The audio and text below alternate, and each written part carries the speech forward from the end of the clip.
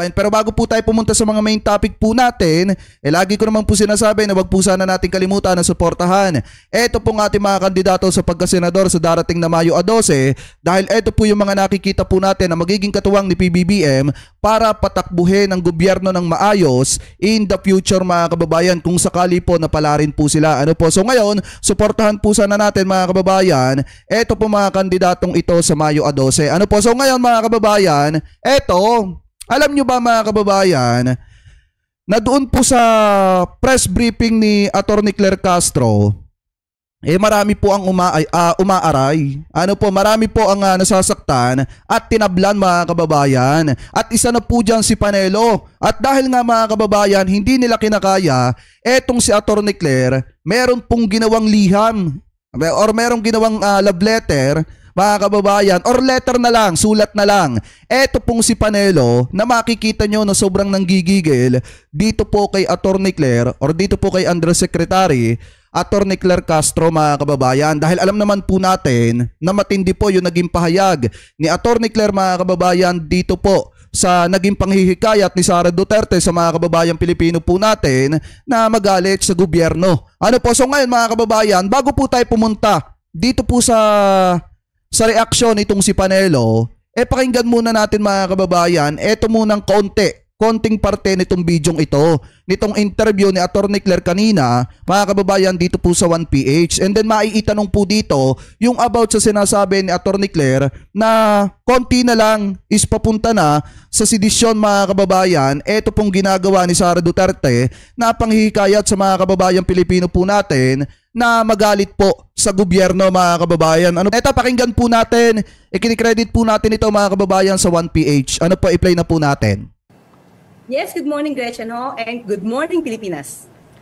All right, in your first few days as Palace Press Officer, your words have not come without a bite. Just to set the tone of this interview, do you represent the President's views when you speak? Some of them, yes, but some of them are, of course, opinion. As a Palace Press Officer, we have to tell to the people, since that is the order of our president, to tell to the people that we need to distinguish what is fake news and what is truth. Well, I asked that question because our top story for today was the ito, pakinggan nyo mabuti ito mga kababayan the Vice President's remarks on Cebu indignation rally, asking people to express their anger towards the government. At sabi po ninyo, nakakalungkot po na mula sa pangalawang pinakamataas na leader ng bansa ay mukha pang nag-encourage siya sa mga tao na magalit sa gobyerno. At sabi po ninyo na ito nga parang bordering baka inciting to sedition. I mean, are you looking at that angle? Is the Office of the President looking at that angle with the Vice President's remarks? Actually, when we informed the President of this remarks or comment of the Vice President in Cebu, he has no comment on that. He did not make any reaction on that. So what we are talking about now is the reaction on our part, the reaction of the ordinary people. That the Vice President, being the second highest leader of the country, should not have said those words, considering that he's a leader, he's part of the government. He should not be encouraging people to get mad. Tama. To be furious. Pero mga kababayan, kung titingnan nyo, doon kasi sa press briefing ni Attorney Claire Castro, sinabi niya naman mga kababayan na si Sara Duterte kasi isa sa pangalawa na may pinakamataas na posisyon sa ating gobyerno. At hindi maganda sa katulad niya na parang ang dating siya pa yung nanghihikayat sa mga kababayan Pilipino po natin na magalit laban sa gobyerno mga kababayan. And then naitanong sa kanya yung about dun sa kung sedisyon ba mga kababayan, etong ginagawa niya. And then 'di ba ang sabi ni Attorney Claire, one step. Ibig sabihin, isang gawain na lang na sobrang panghihikayat sa mga kababayan Pilipino po natin na magalit at labanan ng gobyerno, papunta na talaga sa sedisyon mga kababayan. Hindi naman sinabi ni Attorney Claire na agad-agad sedisyon po yung ginagawa ni Vice President Sara Duterte. Diba? Ipagpatuloy pa natin. to the government. He should be the one encouraging them to let's help the government. Tama. And let's help together to lift up the government and the country. Okay, so you will not be adding to General Torres' complaint on inciting to sedition and unlawful utterances. He complained about the former president's kill 15 senators' remarks. I mean, you're not going to add anything to that with this latest statement? Not as of the moment. There is no order from the president. He is to that. All right. Speaking of orders, you are Palace Press Officer. Tell us all about your role and what is the difference between your role and Secretary Ruiz's role. Yes, when the president had this position or took his office, this office of the presidential spokesperson was abolished. So definitely the president wants to be his own spokesperson. He will be speaking for himself. My mandate is just to explain, to expound whatever the pronouncements or directives of the president and of the palace. Sa madalit salita mga kababayan, ang trabaho ni Atty. Claire Castro, isagutin yung mga katanungan ng media mga kababayan, and then sagutin din yung mga isyong ibinabato laban po sa gobyerno ni PBBM. And then ipamalita din mga kababayan sa taong bayan yung nagagawa ng ating gobyerno na hindi alam ng mga kababayan Pilipino po natin. So wag kayong magtaka, especially yung mga basher ni PBBM dyan, yung mga didisit na taga-suporta ni Digong, wag kayong magtaka kung bakit minsan sinusopla ni Atty. Claire Castro etong si Duterte at etong mga anak nitong si Digong na bumabanat sa gobyerno. Wag silang magtaka kung bakit minsan sinasagot ni Atty. Claire ng katotohanan yung mga ibinabato nitong si Digong mga kababayan. Kasi nga, ang problema kasi sa kampo nitong si Digong, bumabato sila ng laban sa gobyerno, wala namang ebidensya, wala namang resibo mga kababayan.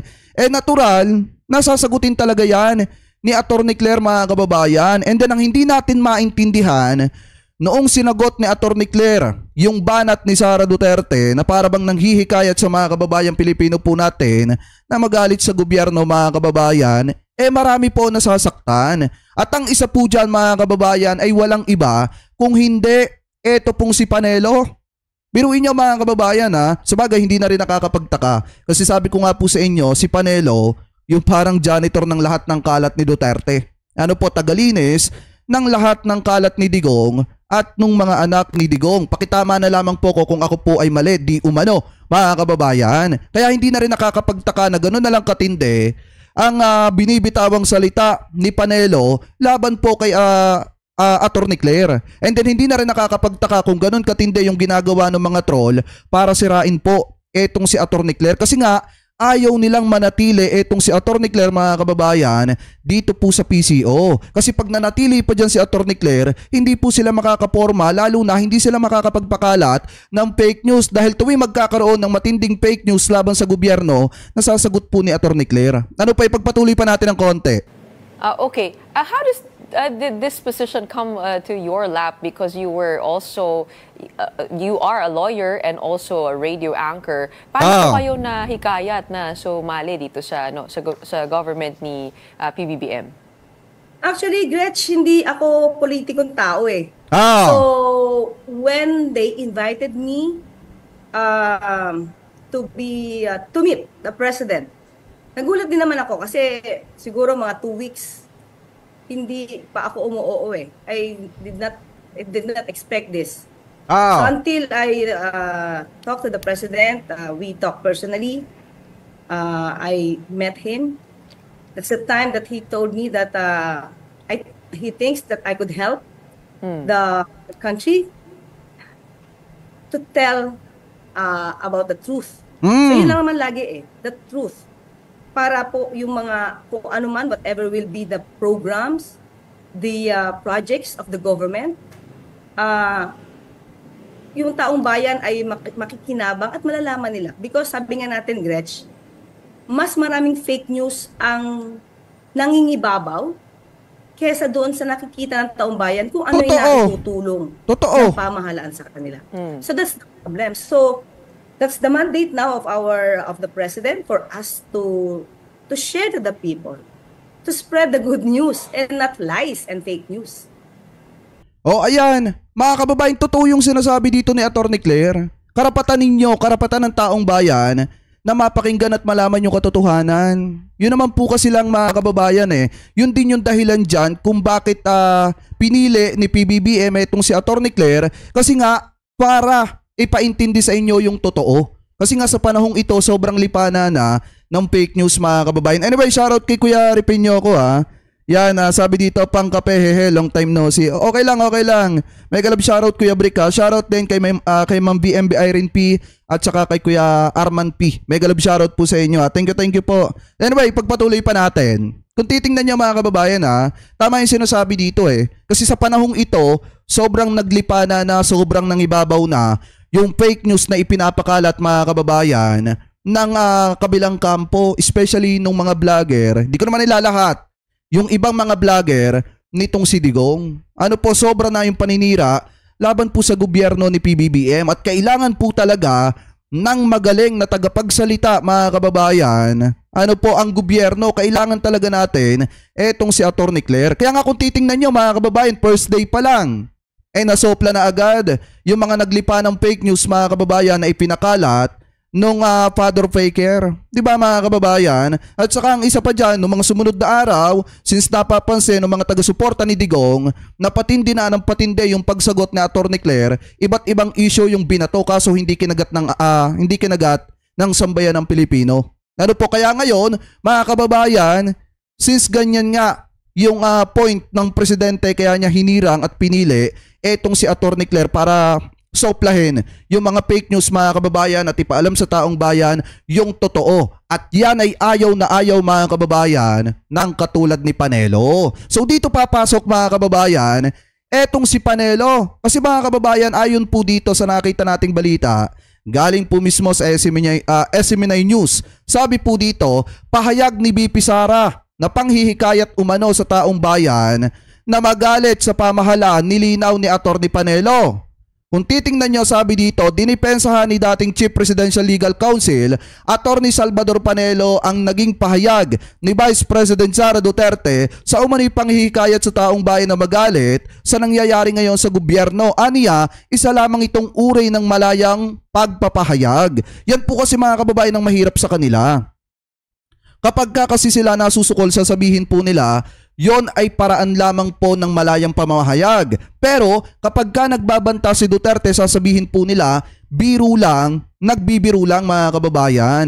Pero kapag ka sa kanila mo ginawa yan, automatic, baka ipinakulong ka pa, pinaluhod ka pa. Mga kababayan, katulad ng nangyari doon sa isang teacher dati nung panahon ni Duterte na inaresto na nga, pinaluhod pa. Di umano, pakitama na lamang po ako kung ako po ay mali. So ngayon, pakinggan natin mga kababayan na itong balitang ito. Dinipensahan ni dating Chief Presidential Legal Counsel Atty. Salvador Panelo ang naging pahayag ni Vice President Sara Duterte sa umano'y paghihikayat sa taong bayan na magalit sa nangyayari ngayon sa gobyerno. Kanya, isa lamang itong uri ng malayang pagpapahayag ng nararamdaman sa pamahalaan. Kita nyo yun? Narito ang balita ni Carlo de la Peña.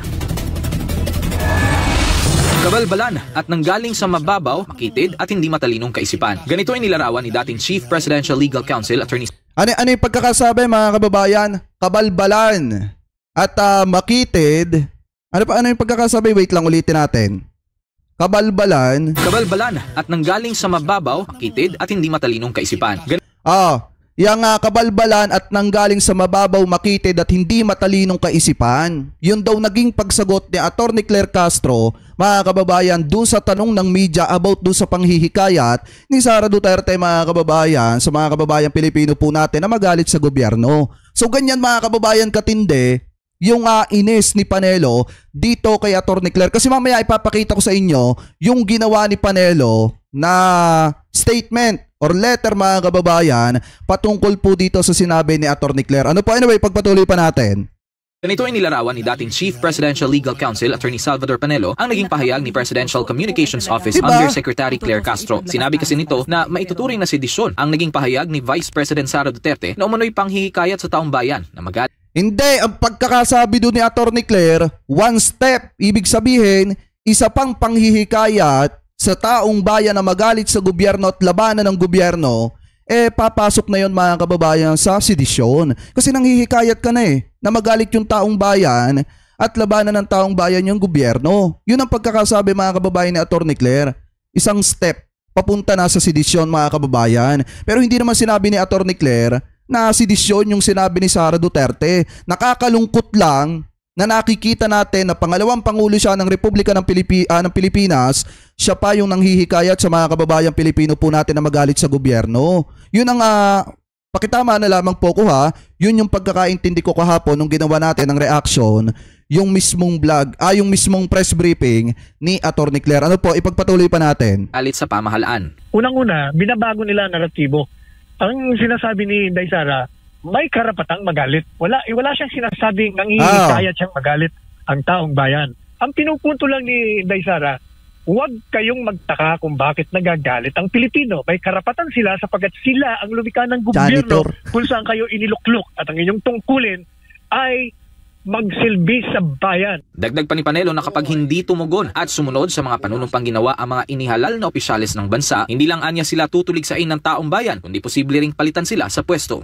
Pagdating naman sa isyu ng paggamit ng trolls ng nakaraang administrasyon, ay maring itong pinabulaanan ng dating palace official. Mawalang galang yung pong mga trolls na sinasabi nila na pinalabas noong panahon ni Duterte, alam niyo, napakasintido ko mo yun. Hindi kailangan ng isang administrasyon na magkaroon ng trolls. Kasi ang trolls, yan ang mga nagbibigay propaganda laban. Hindi, kayo nga daw ang maraming trolls lalo na nung panahon ni Digong mga kababayan. Kaya nga kung mapapansin ninyo, durog na durog nung panahon na yon si former VP Lenny. Kasi bukod sa ginigipit siya ng administrasyon ni Digong mga kababayan, dinudurog pa siya nung isang damakmak na vlogger nitong si Digong mga kababayan. Isama mo pa, i-plus mo pa yung mga troll nitong si Digong di umano mga kababayan sa panahon po niya. Kaya nga nanggagalaiti sila, di ba mga kababayan, nanggagalaiti sila doon po sa House Bill 111778. Pakitama na lamang po ko kung ako po ay mali, yung anti-troll farm bill na dapat ay naiisabatas na. Kasi mga kababayan, kung titingnan nyo, pag naisabatas kasi yon, lalabas talaga kung sino yung may troll at wala. At kita nyo nga mga kababayan, House Bill pa lang yon, nagrereklamo na si Harry Roque. Ibig sabihin, talagang makikita nyo na una pa lang kung sino talaga ang may troll, ang may farm ng mga troll mga kababayan. At yan naman ay mapapansin nyo, lalo na sa tuwing mag-a-upload or magpo-post ang gobyerno ng kanilang mga aktibidades. Tingnan nyo mga kababayan yung mga reaction. Ano po na naando doon, puro haha-react. Tapos tingnan nyo yung mga profile, ang karamihan mga kababayan, talagang hindi mo naman ma-identify. Diba? So doon pa lang magtataka na kayo na may troll talaga. At kung mapapansin nyo, yung pagre-react ni Harry Roque na talagang sinasabi niya na masusupil yung malayang pamamahayag at yung aktibidades mga kababayan sa social media, doon pa lang mapapansin nyo na sila talaga ang may hawak ng maraming troll. Ano po, di umano. So ngayon, ipagpatuloy pa natin. Sa administrasyon, hindi mo nila kailangan ng trolls para sa kalaban sapagkat ang trust at approval rating nga ng gobyerno noon ay napakataas hanggang matapos ang kanyang termino. So hindi kailangan. Ani Panelo, mas kailangan pa raw ng kasalukuyang administrasyon ang trolls. Ngayon ang kailangan nila ng trolls upang ipagtanggol ang mga kakulangan nila at kalapastanganan at paglabag sa saligang batas. Diba? Maalalang nag-ugat ang nasabing issue dahil sa binitiwang pahayag ni Vice President Sara sa isang rally sa Cebu. Nabanggit kasi ng pangalawang Pangulo na ang pagpapahayag ng galit sa gobyerno ay isa lamang uri ng karapatan na malayang pagpapahayag ng saloobin. Agad naman itong kinwestiyon ni Yusek Castro at ipinagtataka kung bakit hindi ba raw nagpahayag ng kaparehong sentimiento ang bise noong nanunungkulan kanyang ama si dating Pangulo Rodrigo Duterte. Para sa Diyos at sa Pilipinas kung mahal. Carlo de la Peña, SMNI News.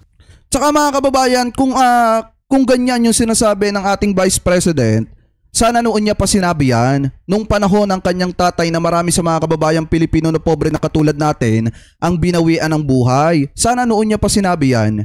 Ano po, lalo na nung umamin yung kanyang tatay na nangurakot, nagnakaw pero ubos na. Sana noon niya pa sinabi sa mga kababayang Pilipino natin na malaya po tayo na magpahayag ng ating mga nasa sa sa loobin. Ano po patungkol sa gobyerno. Pero mga kababayan, na nakakapagtaka naman, sobrang timing at ngayon niya po sinasabi yan kung kailan nahaharap siya sa mga matitinding aligasyon. So ngayon, ituloy natin mga kababayan itong bidyong ito dito sa mismong liham or statement mga kababayan na isinulat pa ni ni Panelo. Ano po dito kay Attorney Claire. So ito, pakinggan po natin. Yung mga pahayag ng palasyo, talagang walang katuturan dahil unang-una, binabago nila ang naratibo. May buwelta po ngayon yung palasyo kay VP Sara Duterte, attorney. Basahin ka lamang yung unang bahagi lang sinabi po ni Yusek Claire Castro. Unang-una, nakakalungkot po na mula sa pangalawang pinakamatas na leader ng bansa ay mukha pang nag-encourage siya sa mga tao na magalit sa gobyerno. Nung nalaman po ito ng Pangulo, ay wala po siya naging reaksyon dito dahil hindi nga po ito dapat nanggagaling sa pangalawang pinakamatas na leader ng bansa. Ito po yung sagot ng Malacanang o reaksyon ng Malacanang hinggil po doon sa naging pahayag po ng Vice President na may karapatan ang mga Pilipino na magalit po sa gobyerno. At kasi kung titingnan nyo, totoo naman yung sinabi ni Attorney Claire eh. Hindi naman kasi siya nagsisinungaling doon. Kung talagang si Sara Duterte ay makatao at talagang sinasabi niya ngayon na may karapatan ang mga kababayan natin na magalit sa gobyerno, dapat noon niya pa ginawa yan. Dapat noon niya pa ipinakita na para talaga siya sa mamamayang Pilipino. Kaso mga kababayan, ang problema kasi dito kay Sara Duterte, pagka sila yung nasa kapangyarihan, ayaw nila na matatanong sila ng sambayan ng Pilipino at ayaw nilang makakakita ng mga tao na nagrereklamo laban po sa kanila. Yan yung problema dyan mga kababayan. Pero kapag ka iba yung nakaupo sa kapangyarihan at hindi nila kasundo, ganyan nga yung sinasabi ng ating Vice Presidente. Alam nyo, konti na lang iisipin ko kaplastikan yan eh. Diba mga kababayan? Konti na lang iisipin ko kaplastikan yan na kunyari kinakapa mo yung sambayan ng Pilipino at dinadamayan mo sila at pinapayuhan mo or sinasabi mo sa kanila na dapat magalit sa gobyerno dahil normal lang yon. Konti na lang iisipin ko kaplastikan na yan. Diba mga kababayan? Ngayon ipagpatuloy pa natin. At meron po kayong inilabas na pahayag nito, attorney. Babasahin ko ba or Ayan. mag-react ka muna doon? Ito yung liham ni Panelo mga kababayan. Pakinggan nyo mabuti. Sige, basahin mo na. Yun ang reaction mo. Yes, oo, para sa kaalaman ng ating... At kumpleto yun. Yes po, sir. At ito po yung kumpletong pahayag ni Attorney Sal Panelo hinggil nga po doon sa naging reaksyon ng Malacanang sa sinabi po ng Vice Presidente. Sabi ni Attorney Panelo, kabalbalan ang pinagsasabi ng tagapagsalita ng palasyo at nagagaling sa mababaw, makitid at hindi matalinong kaisipan. Si Vice President Sara o si VP Sara ay hindi nanghihikayat ng tao na magalit sa... Ito yung pagkakasabi niya mga kababayan, kabalbalan ang pinagsasasabi ng tagapagsalita ng palasyo at nanggagaling sa mababaw, makitid at hindi matalinong kaisipan. Sino ang pinatutungkulan dyan? Sino ang tinutukoy dyan mga kababayan? Di si Attorney Claire. Yan po yung tinutukoy dyan mga kababayan ni Panelo sa kanyang sulat or liha mga kababayan na inilabas para lang sagutin etong binitawang salita ni Attorney Claire patungkol po dun sa pagsagot ni Attorney Claire dun sa issue ng panghihikayat ni Sara Duterte sa mga kababayang Pilipino natin na magalit sa gobyerno. So ngayon sabi pa dito mga kababayan, si VP Sara ay hindi nanghihikayat ng tao na magalit sa gobyerno. Maraming galit na tao sa mga paglabag sa konstitusyon at mga batas ng opisyales ng gobyerno at marami sa mga miyembro ng Kongreso at hindi pagtugon sa pangailangan ng sambayanan kagaya ng pagtaas ng presyo ng mga bilihin daw mga kababayan at iba pa. So ngayon ipagpatuloy pa natin. Gobyerno. Maraming galit na tao sa mga paglabag sa konstitusyon at mga batas ng mga opisyales ng gobyerno at marami sa mga miyembro ng Kongreso at hindi pagtugon sa pangangailangan ng sambayanan kagaya ng pagtaas ng presyo ng pangunahing bilihin, ang kakulangan sa formal na edukasyon ng maraming Pilipino, ang patuloy na kanilang kahirapan, ang kawalan ng bahay at sariling lupa, ang kakulangan sa benepisyo sa kalusugan, kulang ang gamot, kulang ang ospital, pati PhilHealth at Malasakit Center ay kinaltasan ng budget. Ang walang humpay na pamumulitika at pagtugi sa mga kritiko, ang pagsasampa ng kaso sa kanila, ang pagtaas ng bilang ng krimen, ang pagsasampa ng kaso sa kanila, ang pagtaas ng bilang ng krimen, ng illegal ng tulak na droga, ang pagnakaw sa pera ng bayan, kagaya ng pakikialam sa General Appropriations Bill, kung saan ay tinanggihan ng ang malaking budget ang mga priority projects at ilipat sa iba upang maging mga ayuda para magamit sa eleksyon. Ang kawalan ng trabaho, ang kakulangan ng infrastruktura na kailangan para Kita nyo, ganyang katindi mga kababayan ang pagkainis ni Panelo kay Attorney Claire. Sobrang haba. Sobrang haba mga kababayan ng statement na isinulat pa ni Panelo, inihanda pa talaga ni Panelo para lamang sagutin etong si Atty. Claire. Para lamang sabihan na yung sinasabi ni Atty. Claire kabalbalan mga kababayan at nanggaling sa makitid at mababaw at hindi matalinong pag-iisip mga kababayan. Ano po? So ngayon ipagpatuloy pa natin. Sarap talaga pagka magaling yung nasa PCO. Para sa pag-unload ng bansa, ang pagbibigay ng maraming base militar sa Estados Unidos na lalong lumala ang panganib sa seguridad ng bansa sapagkat tayo ang unang sasalakayin ng magkalaban o mga kalaban ng Amerikano gaya ng China. Ang unti-unting paglakas na naman ng mga teroristang komunista at marami pang iba na ikinagagalit ng sambayanan. Ang galit ng tao ay makikita sa mga pahayag sa social media at iba pang plataforma ng pagpapahayag. At ito ay nadama sa halos 3 tingnan nyo mga kababayan ha, ano yung sinasabi nila dito? Ang galit ng tao ay makikita sa mga pahayag sa social media at iba pang plataforma ng pagpapahayag mga kababayan. Natural. Marami talaga dyan ang kunyari galit sa gobyerno kasi nga may troll kayo. Kayo may hawak ng napakarami, di umano na troll. Diba mga kababayan? Natural. Kung titingnan ninyo, dun pa nga lang sa pagpunteriya nila sa mismong account ng presidente na kung saan pinaulan na nila ng napakaraming hahariak, dun pa lang makikita nyo mga kababayan na talagang kung sino yung may pinakatalamak na may hawak ng napakaraming troll. So ngayon kung titingnan ninyo, natural, marami talaga dyan na magko-comment na galit pero subukan ninyo, i-open ninyo yung mga profile picture kung talaga na legit mga kababayan yung nag-comment. Magugulat kayo dun sa iba. Diba? So ngayon, ipagpatuloy pa natin. Tatlong multi ng pagpunta sa Luneta, sa mga publikong lugar, sa Davao, Bacolod, Cebu, at Pagadian upang ipahayag ang pagkontra nila sa impeachment ni VP Sara at sa mga kamalian sa gobyerno. Ang sinasabi ni VP Sara, sa ganung mga kalakaran na negatibo, ay may mga karapatang magalit ang taong bayan. Ang magalit ay natural na reaksyon ng tao pag kanilang niluklok sa kapangyarihan ay hindi tumutugon sa kanilang pangangailangan at sa halip ang inaatupag nila ang sariling interes at pananatili sa kapangyarihan. Ang kung haba. maging balat sibuyas sa mga nasa kapangyarihan sapagkat ang tao ay may karapatang tuligsain sila at magalit sa kanilang kapabayaan at paglabag sa kanilang sinumpaang tungkulin. Kung gusto nilang hindi magalit ang tao at matuwa sa kanila, gawin nila ang kanilang trabaho at pagsilbihan ang sambayanang Pilipino. Attorney Salvador Panelo. Attorney. Kita nyo mga kababayan ha? Biruin nyo, lalong nakaka-proud itong si Atty. Claire. Bakit? Kasi biruin nyo, nag-aksaya ng mahabang oras etong si Panelo para lamang isulat yung kanyang liham mga kababayan. Talagang pinaghandaan niya yung pagsagot kay Atty. Claire. Ganyan dapat mga kababayan. Ano po, talagang nakikita natin kung gaano katindi yung pagkainis nila. Kasi syempre mga kababayan, magaling kasi yung napaupo talaga sa PCO, yung tagapagsalita ng PCO mga kababayan. Kitang-kita naman natin talaga na the more na nagkakaroon ng press briefing etong si Atty. Claire, talagang nag-iiyakan yung mga taga-suporta ni Digong. Alam nyo kasi, akala kasi nung iba, nung mga taga-suporta ni Digong, wala na tayong mahahanap na magsisilbing tagapagsalita ng Malacanang mga kababayan, ng gobyerno ni PBBM. Akala nila anytime or habang buhay sila makakapagpakalat ng ka-fake newsan laban po kay PBBM. Ngayon na napaupo etong si Atty. Claire mga kababayan, kita nyo kahit si Panelo nag-aksaya ng mahabang panahon mga kababayan, mahabang oras para lamang magsulat ng kabuuang sagot niya dito po kay Atty. Claire. Ano po ngayon, ipagpatuloy pa natin. Yan ang sinasabi ko, Jade. Alam mo, yung mga pahayag ng palasyo, hindi pa dyan nagtatapos. Meron pa siyang komento. Talagang walang katuturan dahil unang-una, binabago nila ang naratibo. Ang sinasabi ni Inday Sara, may karapatang magalit. Wala siyang sinasabing nangihikayat siyang magalit ang taong bayan.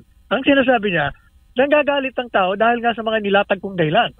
Alam nyo, kahit magsinungaling kayo ngayon, kahit isalba ninyo ng paulit-ulit si Sara Duterte, hindi may aalis sa isipan ng sambayan ng Pilipino na maraming beses ninyong sinubukan na manghikayat ng kaguluhan sa taong bayan laban sa gobyerno. Maraming beses ninyong sinubukan yan, yung mga maisog rally ninyo, yung mga edge shrine, mimul mawer ninyo. Diba mga kababayan, ilang beses nga nilang sinubukan na kuhanin ang loob ng taong bayan at hikayate na mag-alsa at labanan ng gobyerno. Tapos ngayon kayo magsasalita ng ganyan? Sa dami na nangyari, lalo na noong 2024, kung paano ninyo sinubukan na patalsikin na itong si PBBM at gibain ang gobyerno ni PBBM. Di ba mga kababayan? Kaya hindi na naniniwala ang sambayan ng Pilipino sa paglilinis mo, Atty. Salvador Panelo, dyan sa mga amo mo. Di ba mga kababayan? Hindi na pinaniniwalaan yan ng sambayan ng Pilipino kahit paulit-ulit mo nalinisin ang ginagawang gusot ng mga boss mo, hindi ka na paniniwalaan ng taong bayan. Ano po ngayon, ipagpatuloy pa natin? Ipagtugon sa pangangailangan ng sambayan ng Pilipino ang maraming paglabag sa batas. Pag-Kongreso, mag-Executive Department, ang pagtanggal sa mga budget ng priority projects. Marami ang pagtaas ng kriminalidad. Diyan lang sa kriminalidad natin Sunod-sunod ang kidnapping. Merong puting kinidnap na bata, pinutulan pa ng isang daliri. Meron namang kinidnap na isang Chino. Marami. Balita ko nga mga kababayan, magpapa-imbestiga daw si Bato de la Rosa sa Senado. Pakitama na lamang po ko kung ako po ay mali.